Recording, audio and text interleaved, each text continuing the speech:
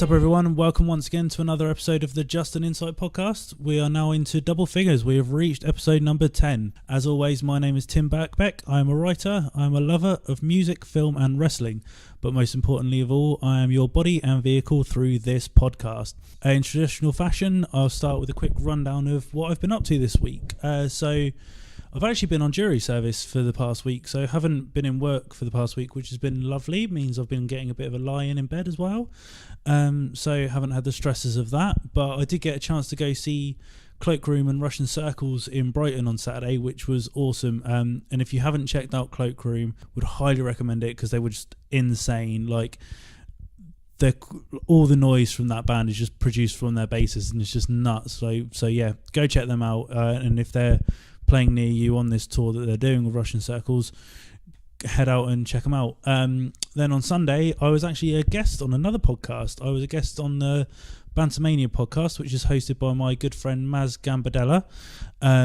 We discussed the rise of Brit Rest and why indie wrestling is just so hot at the moment, and you can't kind of look at any sort of independent company around the world at the moment without there being some kind of British influence. But yeah, if you want to check out my episode of Bantamania or just the Bantamania podcast in general, head over to soundcloud.com/Bantamania.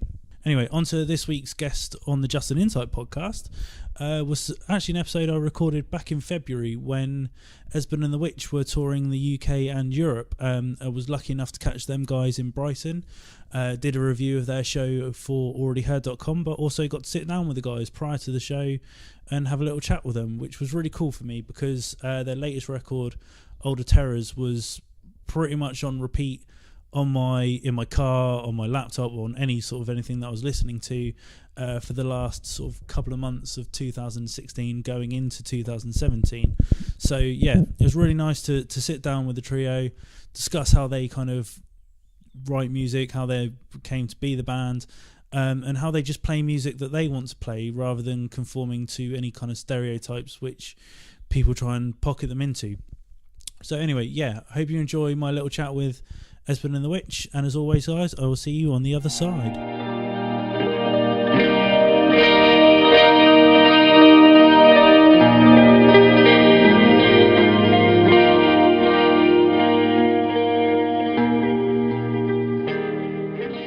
Currently sat in the Hope and Ruin in Brighton with Thomas, Daniel and Rachel, collectively known as Esben and the Witch, currently on your Euro/UK tour. How many dates are you in so far, guys? This will be the penultimate one. 7th. Yeah. 7th show of 8. Okay, cool. So how's everything been so far? Great, really great actually. Yeah? Really, any particular sort of city stand out at all? Paris is probably the best. Yeah. Paris is really, really cool. It's like this sort of space in the back of a restaurant. It's really DIY. What's it called? L'Espace B. Yeah. L'Espace B. Oh no, because I went over to Europe at the beginning of the year with my friends in Svalbard and the Saddest Landscape, and they played there as well. So it was a really cool little tight venue. Did you guys have the guy with the epic Tash was the promoter? Or was it someone else? No, it was someone else. We've just started working with a new promoter in France. Oh, okay. Stuff, yeah, but it's great. It went really well and stuff, and I think it's maybe we'll play somewhere a bit bigger next time as well. So yeah, it was sold out, and it was like a really nice, noisy, really sweaty kind of. It's like a proper little sort of DIY venue. Yeah. And these things usually go one of two ways. They're either really good, or actually everything's just like. Can I swear? Yeah, of course. Yeah, everything's just like broken and shit, and then it's rubbish. But this was thankfully the former. It was really, really good. Never heard him check that before. Getting older, more responsible. And I don't know. This might just be my perspective of how I perceive you guys, but when I see your name, I think kind of like. Obviously, the way your music is quite sort of big and heavy, so I kind of picture you playing bigger venues. But obviously, on this tour, you have played smaller venues, and obviously, the Hope and Ruin is quite a small venue. So, was that a conscious choice from your part that you wanted to keep it DIY? Well, I mean, we want to play busy shows, so I think we'd rather play venues like this and the shows be sold out than play venues that are I think makes for a better evening for everybody who's involved, basically.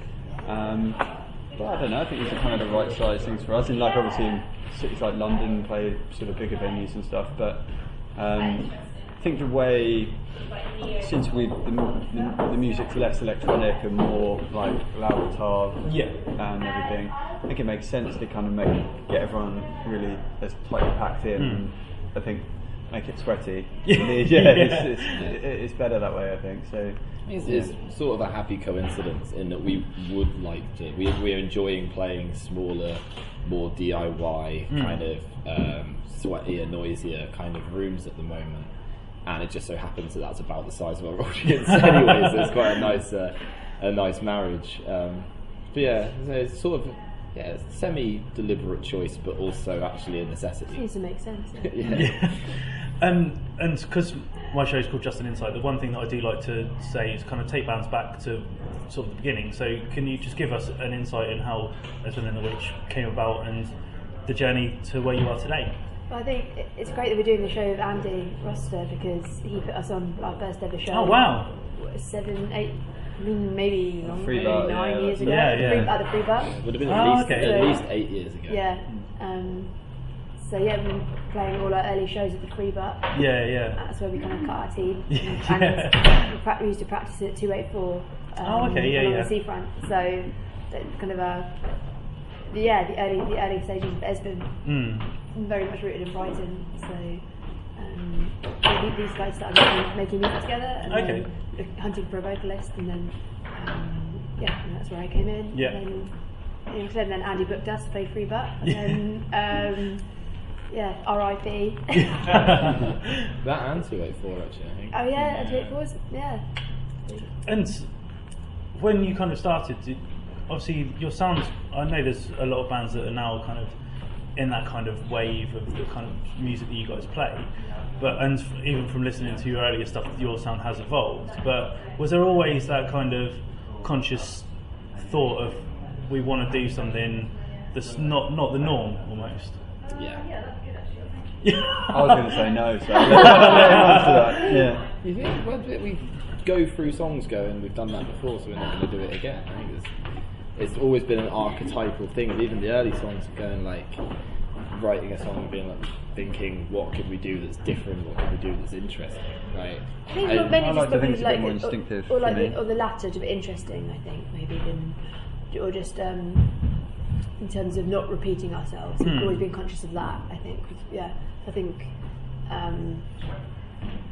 Because once we've done something, we just try and keep ideas fresh. Yeah. So. But I mean, no, in terms of. We're not deliberately trying to be I don't think obtuse. too much about it. Yeah. If something sounds good, then we do. I think it's slightly different in terms of whether it's something we ourselves have done before, but in terms of the outside. You're world not consciously music, standing there being like we're different. No, I don't think we. I think just make the music that we feel drawn to make, and then I think it stands by itself, hopefully better that way, rather than I think too much consideration of the external world is not good for it. Yeah, I think that's becoming more and more of a thing though. I think certainly at the beginning it was probably more. I know for me it definitely was when I was playing guitar and writing stuff like the first couple of hours. It was very much a thing of going like, right, what could I do here that I think is different and interesting. Interesting is always the most important word. Like different sort of usually marries into that anyway quite naturally. But I think now it's become much more of a thing of going, we're just going to write things we want to, and then they happen to be slightly when we end up writing 4 songs for an album, rather than going, oh, we can't do that, just going, we probably can. Yeah. Doing it for 8 years, I think we can probably just do what we want. Which is nice.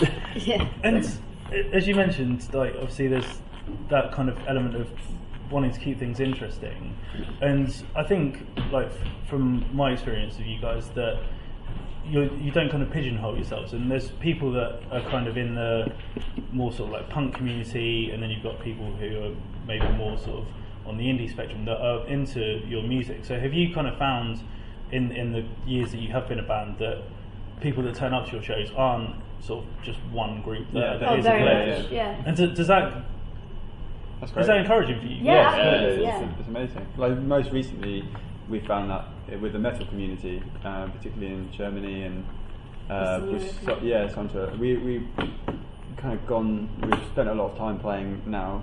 Often, most of the festivals we play actually are the heavier end, like metal, and we're the kind of lighter element of the bill. And we've kind of gone from being the awkward thing of the indie festivals to the like, cool, that's a good band to have on at 12 o'clock at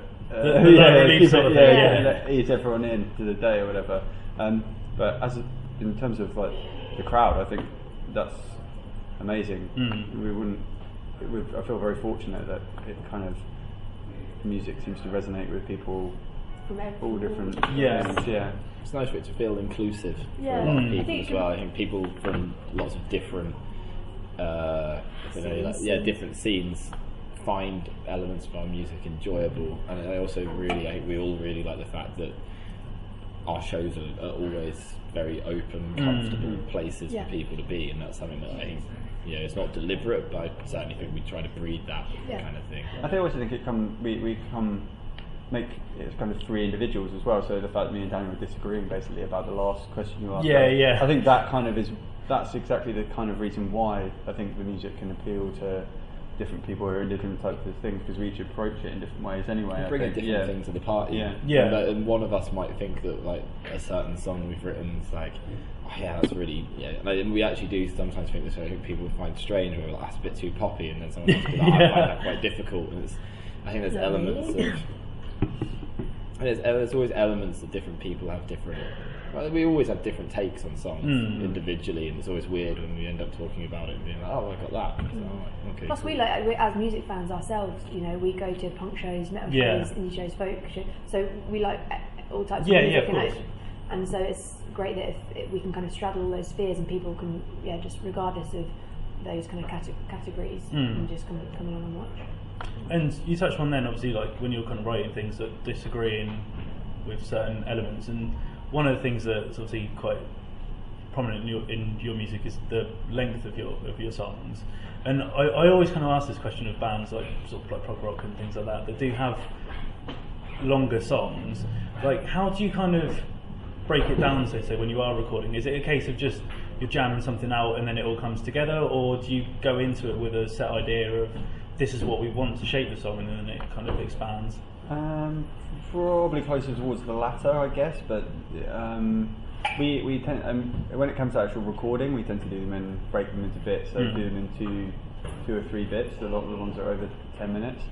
But when it comes to writing them, I think we kind of let them unfurl. Basically, we know we have a start place we want to get, and we maybe have some idea of where we want it to end up, and then we kind of.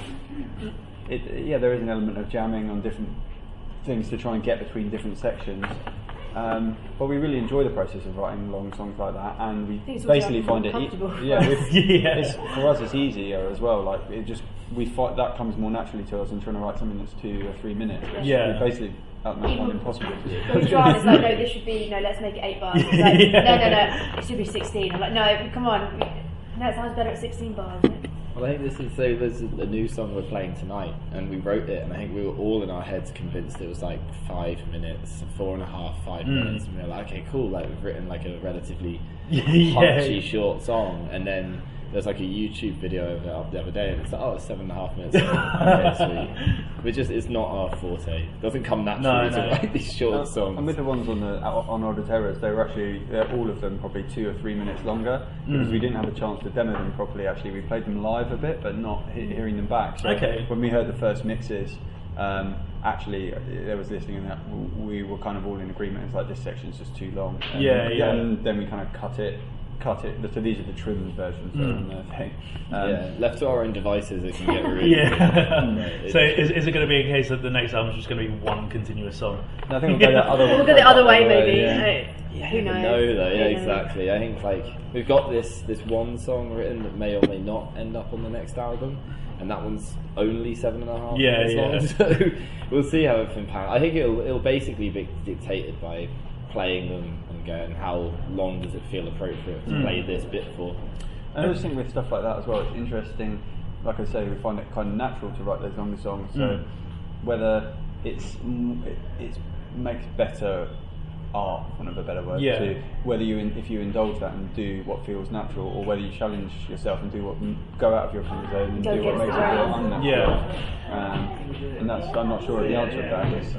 It's always a thing we've always talked about with and I've certainly always thought about with like musicians. I've liked this idea of like being an editor, being a skill as well, being able to go like, okay, and usually you'd think that would be like, okay, like being a good editor is to make it shorter. But I think there's also times on records I love or songs I love where I'm like, man, I wish you just kept doing that. Like, I think there's this idea that it always has to be shorter.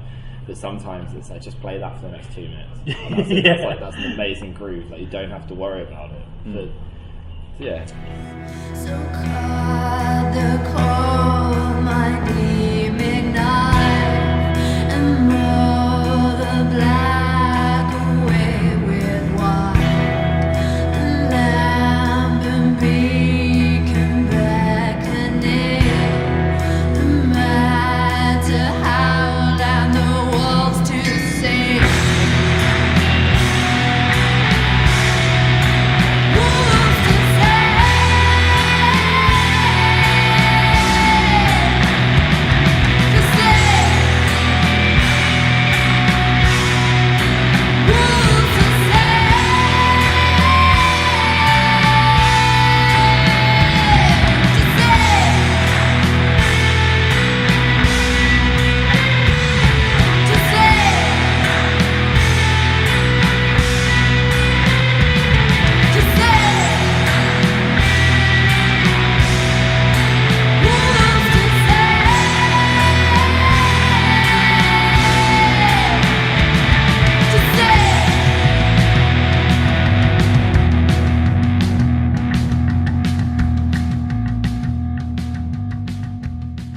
And you obviously mentioned Older Terrors, but something that I've noticed throughout kind of your time as a band is you don't kind of almost rest on your laurels. Like and as you said, you've got a new song written already, and the album's barely a year old, kind of thing. So is that something that kind of keeps you going? Is it that once one project's done, then it's immediately on to the next?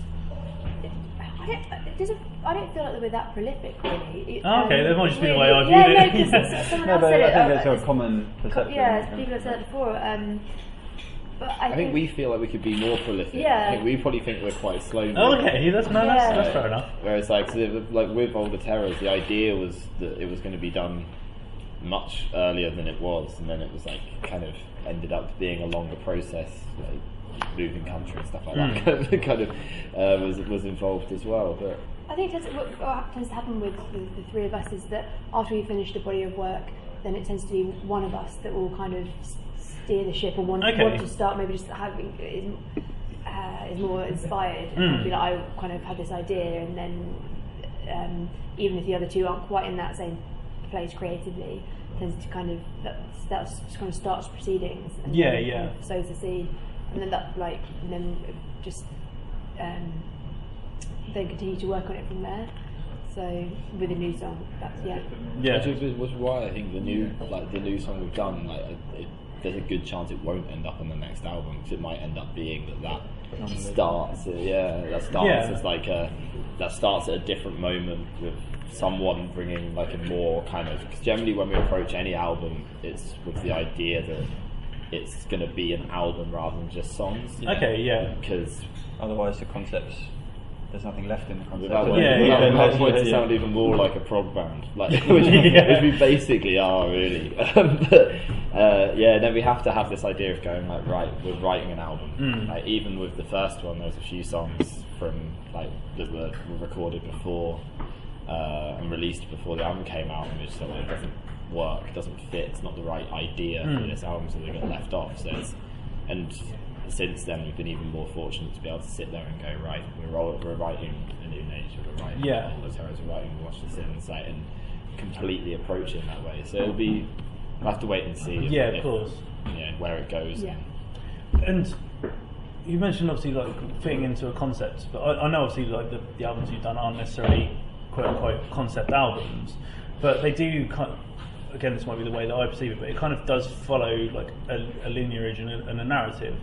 So is it a case that someone comes in and says, "I've got this idea," and then things shape around that, or is it something that just kind of comes together naturally? I think you're absolutely right to kind of recognise that.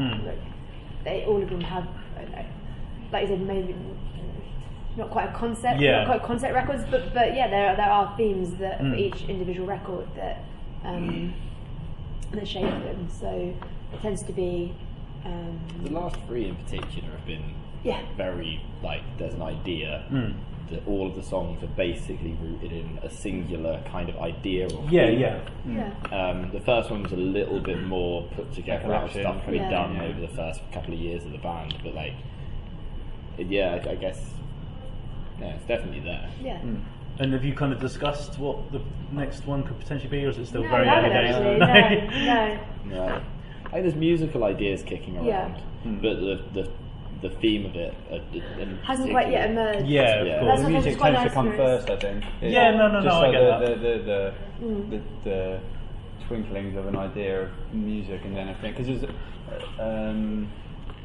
we used to share the lyric writing duties, but for years and years now, Rachel's been Rachel's sole area. Just because it makes sense for her to when she's delivering these things, for them to be words she wrote herself.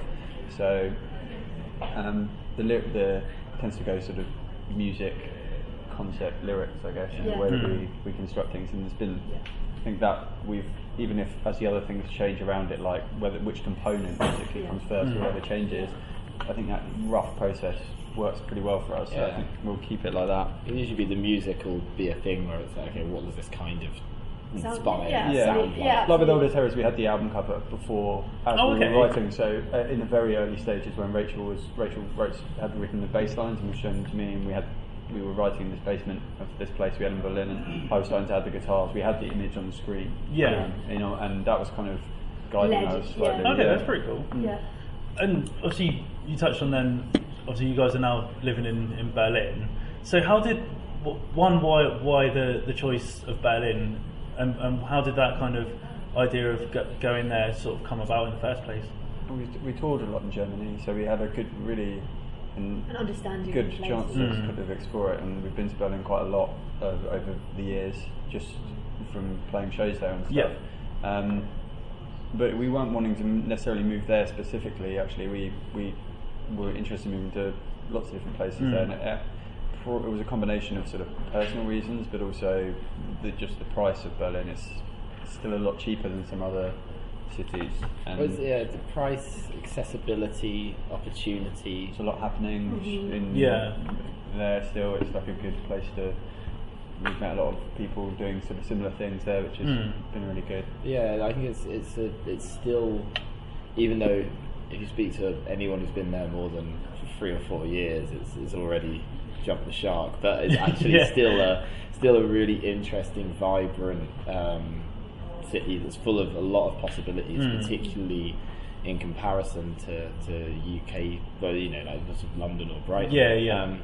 But I think for us personally, I think a huge thing was just rehearsal room prices. Just the opportunity to be able to like have a space and be able to, especially if you're going to write an album that's 4 15-minute songs, basically, like doing that somewhere where you're paying, because it's not the easiest process to go through, doing that somewhere where you're paying by the hour. And it was a really interesting discussion we had the other day where it was like, do you think we would have written this album if it wasn't for the fact that we didn't have that constraint with the idea of the financial implication of how long it takes you to write a song? And it's hard to say, maybe, but you don't know. So it's interesting, that idea of how like not just a locality but economics. The economics can actually influence like not in a sort of cutting corners way, more in a way it's like, oh fuck, there's all these possibilities. Because how long have you guys been out there now? 2 years. So when you kind of come back to the UK, do you always make a conscious effort of coming to Brighton? It's just always a given, really. Like, I think, especially like I said, the kind of relationship with local promoters here, venues. Like, I mean, Dan, you're working at the Green Door. I worked here. At the Sticky, like I said, with Andy and the guys from the music scene here. Look a bit rude not to. Well, a lot of our friends, and so it's kind of, it's just a given, I think. Like with Brighton, I lived here for 10 years. Yeah. So is it kind of like almost a sense of familiarity that you come back into? I think it's not so much a sense of familiarity as an actual familiarity. Yeah. Actually having like some friends and like a lot of really good contacts and like amazing memories of the place. So it wasn't like we were here briefly and then left acrimoniously. Like, we loved the city and we're like based here for 8 years, and it's basically it's the home of the band and the long run, and playing a show in Brighton feels like a homecoming show in a weird way. So I think it's more that we just like it, like coming back, like playing shows, like seeing people, like playing with bands like 100th Anniversary, we've known for ages, like in. And it's convenient because it's near the Eurotunnel. Most important. And kind of going back to obviously you being in Germany now, how? Because I've only been there like once or twice, but what's kind of like the scene out there for because I've only ever been to like just straight up hardcore shows there. So for you guys, like what's kind of the reception like in mainland Europe? Well, it's always been. I mean, probably it's where we play our biggest shows, I guess, in Germany. But which has been that was how we got a chance to check it out in the first place. But since living there, it's really interesting. Like I was saying, we play a lot of more metal festivals like Doom Over Leipzig, and we've played a lot of shows with black metal bands like Sun Worship and Ulfa, and Rachel was sung on an Ulfa record. So we kind of, like I said earlier, kind of found ourselves in this world, and I think it's really interesting that even though musically we're not metal in the way that these bands are, but there's common threads, there's things that people find in our music that resonates with this crowd as well. And I think there's really already we're finding this really nice community of promoting Leipzig, putting on like Doom Over Leipzig, who know the people who do like Fierce into Toten, which is like a clothing promotions company in Mannheim, and it's really seems like a really supportive network, really like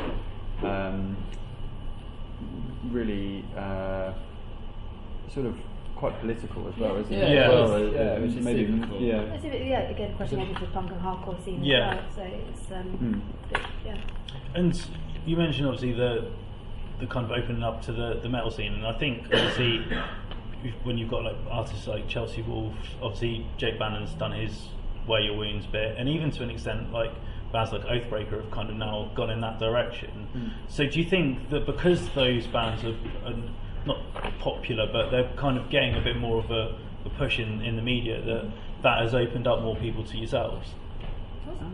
I think the label we signed to had a huge influence. We basically did a tour with a band who are a black metal band. Probably they aren't super black metal anymore, but they used to be. They're signed to Seasons in This, which is the label we're on now, and they're seen as being a metal label. And I think then it was suddenly for a lot of people like going, oh, this must be a metal band. And I think weirdly enough, they probably still consider us a metal band. I don't know if we consider ourselves a metal band. It's hard to say, but it's a strange sort of a strange but really, really interesting and really cool kind of development of the people who listen to our music. But I don't really like. We don't worry too much about the classification of it, and also we've been labelled everything under we play as much as we can where we're invited to play these things, and then we feel like a natural. We get on well with these people that we meet, of course, and it kind of naturally leads to us playing together more, and it sort of perpetuates itself. Yeah, it's certainly not something we worry about too much. Like, where would we be seen? It's more. It's more like they found us in a way. Of course. Like we found ourselves in this. And anyone who wants to be involved in the music or come to the shows or anything, it's like amazing. Great. Perfect. And the way I kind of like to end these is ask you all individually. So when you're playing live, is there one song that you particularly love playing that's like when you get into it, like it's like, right, I'm going to go full tilt kind of thing? So Rachel, for start with you. No Dog, probably. Yeah. Because I feel that's again where people really respond to that, and that's our kind of one of our shorter, more punchy numbers, so you can really kind of, it's a bit more scrappy. So like at the end when it's like when all the kind of factors are in place, if it's super hot and the crowd are into it, and it's a nice kind of vibe between the three of us on stage and the crowd, and the ending of that can be really powerful. Thomas? It's quite early, but I would say Silken probably, which is one of the ones from Auditerrors.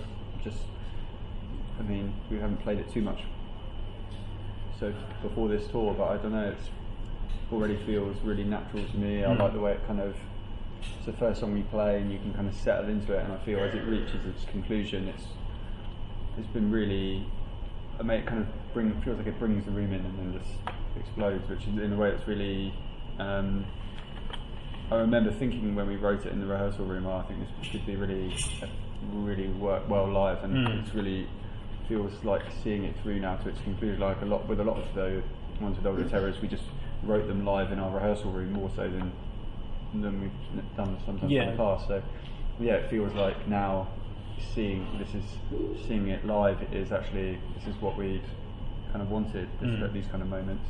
And Jungle, I think it's a combination of, it's the closest combination of what we started out doing and what we're doing now.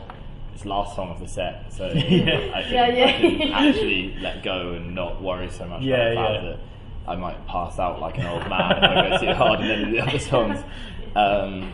It's full, it's aggressive, it's got like a really insistent kind of beat that I think people can actually weirdly get a groove onto.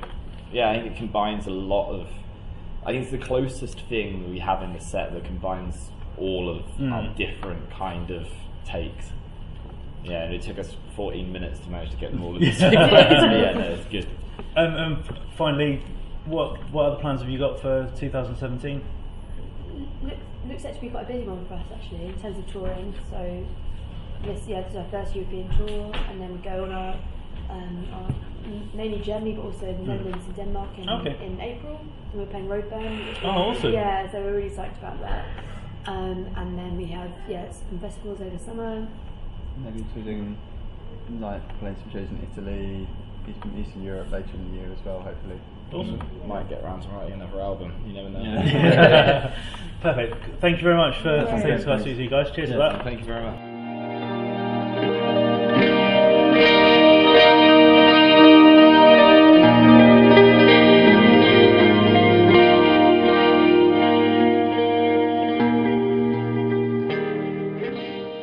So there you have it, folks. Thanks again to Thomas, Rachel and Daniel of Esben and the Witch for talking to me. And I can safely say their show that night was just absolutely killer. They just absolutely nailed everything. The trio are actually heading back out to mainland Europe in April, mainly Germany. And as part of that tour, which starts on April 19th, they are playing the Roadburn Festival. So if you're heading out to that, highly recommend going to see those guys whilst they play, because they just put on an awesome live show. And they've also just recently announced that they're going to be doing Latitude Festival here in the UK, which is a pretty cool thing to do as well. So yeah, as always, you can find the guys on different social media platforms. On Facebook, it's /Esben and the Witch, all one word. And on Twitter is @WeAreEATW. And as usual, the usual spiel about this podcast, you can follow us on Twitter @just_an_insight using the hashtag JAIPod. Or you can email us at just_an_insight@hotmail.co.uk. Next week, we've got a bit of a special episode because it's being brought to you in association with alreadyheard.com. It's something that founder of that website, Sean Reed, was kind enough to set up for us, so really excited about that. But I am going to leave you guys in a bit of a cliffhanger, so you're going to have to come back and see who that guest is next week. But I'll give you a little hint. They're currently going to be touring their 10-year anniversary of probably one of their best known albums and one of my favourite albums from my teenage years, so a little hint if you can decipher that. But anyway, thanks again, ladies and gentlemen, for stopping by, and I will see you soon.